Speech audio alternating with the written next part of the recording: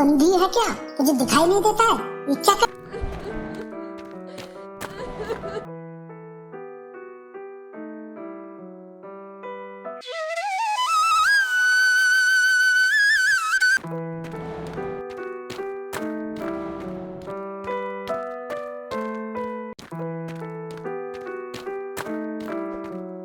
सुशीला, कल तू कैसी सब्जी बना कर गई थी?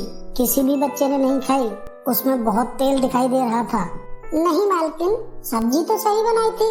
वो मैंने कटहल को फ्राई करके बनाया था ना, शायद इसलिए थोड़ा बहुत तेल दिख रहा होगा उसमें। सुशीला, सब्जी बहुत अच्छी बनी थी। इसकी तो आदत है झिकझिक करने की। घर का कुछ भी अच्छा ही नहीं लगता है। शुक्रिया माताजी। मैं आपके लिए चाय बना दूं क्या? नहीं, अभी नहीं, जब चाहिए होगी मैं बता दूंगी। अच्छा सुन, तेरे पति की तबीयत अब कैसी है? अभी तो कोई फर्क नहीं पड़ा है माताजी। डॉक्टर ने बोला है अभी कुछ समय और लगेगा। अच्छा, भगवान जो करता है अच्छे के लिए ही करता है। सुन, वो कल वाली सब्जी ऐसे ही रखी है। ये सब लोग तो होटल खाने चले गए थे, तो एक काम कर, वो सब्जी ले जा और अपने बच्चों को और अपने पति को खिला देना। सुशीला एक गरीब औरत थी। एक एक्सीडेंट में उसके पति के पैर की हड्डी टूट जाती है। तब से सुशीला एक अमीर औरत के घर पर खाना बनाने का काम करती थी और बहुत मुश्किल से अपना घर चला पा रही थी। सुशीला का पति खाट पर ही रहता था, वो चल भी नहीं पाता था।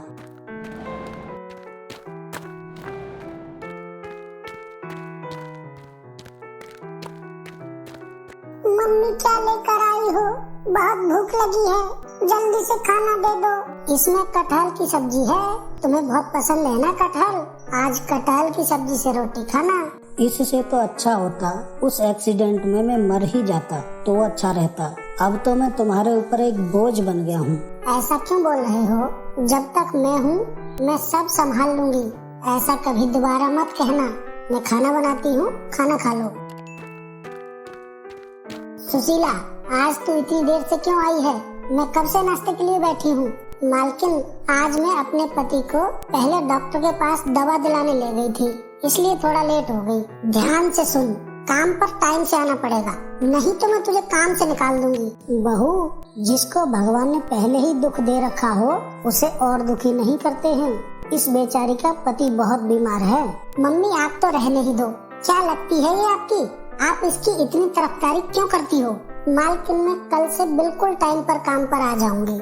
आगे कभी आपको शिकायत का मौका नहीं दूंगी। सुशीला जहाँ काम करती थी वो औरत सुशीला को बहुत परेशान करती थी, लेकिन उस औरत की सास बहुत अच्छी थी। वो सुशीला की परेशानी को समझती थी और कभी कभी अपनी बहू से छिपकर सुशीला को थोड़े बहुत पैसे भी दे दिया करती थी, जिससे सुशीला को बहुत आसानी होती थी अपना घर चलाने में। आज बहुत उदास दिख रही हो तुम, क्या बात हो गई? कुछ हुआ है क्या? आज मैं थोड़ा लेट पहुंची थी ना काम पर, तो मालकिन मेरे ऊपर बहुत चिल्लाई। भगवान और कितनी परीक्षा लेगा हमारी। इससे तो अच्छा है हमें अपने पास ही बुला ले। ये क्या बोल रहे हो जी? ऐसा फिर कभी मत कहना। ये सब तो लगा ही रहता है जीवन में। सुशीला बहुत हिम्मत वाली औरत थी। उसमें हर परेशानी को झेलने की ताकत थी। जब से उसके पति का पैर टूटा था तब से अकेली ही अपने बच्चों को पाल रही थी और जितना उससे हो सकता था उतना अपने पति का भी इलाज करा रही थी।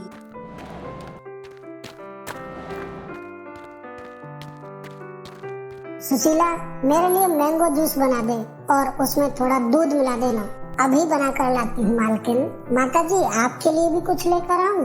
बेटा, मुझे तो बस अपने लिए एक चाय दे दे, वो भी कम शक्कर वाली।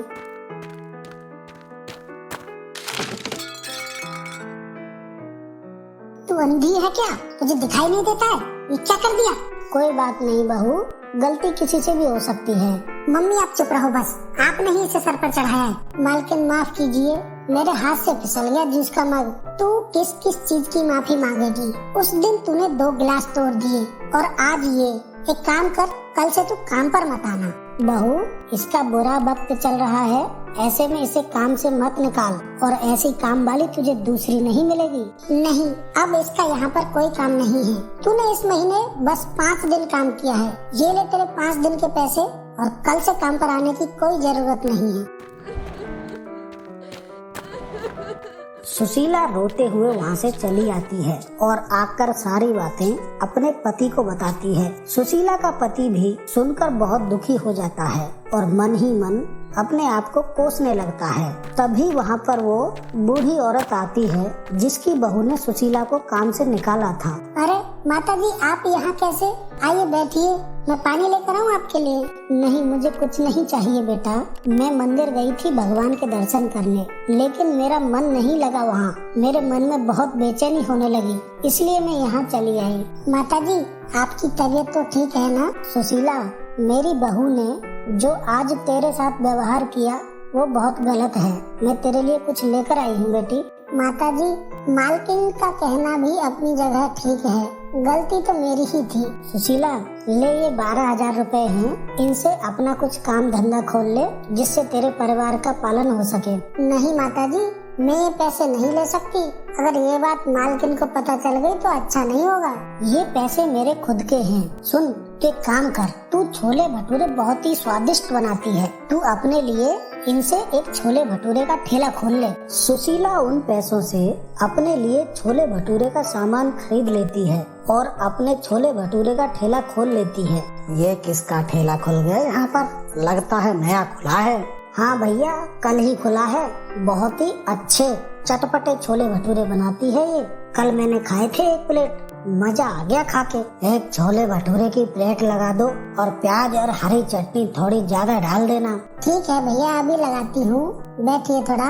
भैया, आपको क्या चाहिए? मुझे 2 प्लेट छोले भटूरे पार्सल करके दे दीजिए और साथ में 2-3 हरी मिर्च भी डाल देना। भैया 5 मिनट बैठिए, अभी देती हूँ मैं पैक करके। धीरे धीरे सुशीला का छोले भटूरे का ठेला चल निकला और सुशीला ठीक ठाक पैसे कमाने लगी। और पैसे आने के बाद सुशीला ने अपने पति के पैर का ऑपरेशन भी करा दिया। अब सुशीला का पति और सुशीला दोनों छोले भटूरे का ठेला चलाते थे और उन्होंने फिर बड़ी दुकान खरीद ली। खाने पीने का उन्होंने और भी सामान रखना शुरू कर दिया। कुछ दिनों बाद सुशीला माताजी के घर जाती है उनके पैसे लौटाने के लिए। मालकिन, माताजी कहाँ पर हैं? मैं उनसे मिलने आई हूँ। मम्मी जी का तो 1 महीने पहले देहांत हो गया, तुझे क्या काम था उनसे? सुशीला ये बात सुनकर बहुत दुखी हो जाती है और वहाँ से चली आती है। और आने के बाद सुशीला उन पैसों से गरीब बच्चों को खाना खिलाती है और उसके बाद माताजी की हर साल बरसी पर सुशीला गरीबों को खाना खिलाया करती थी। कहानी आपको कैसी लगी कमेंट बॉक्स में कमेंट करके हमें जरूर बताना।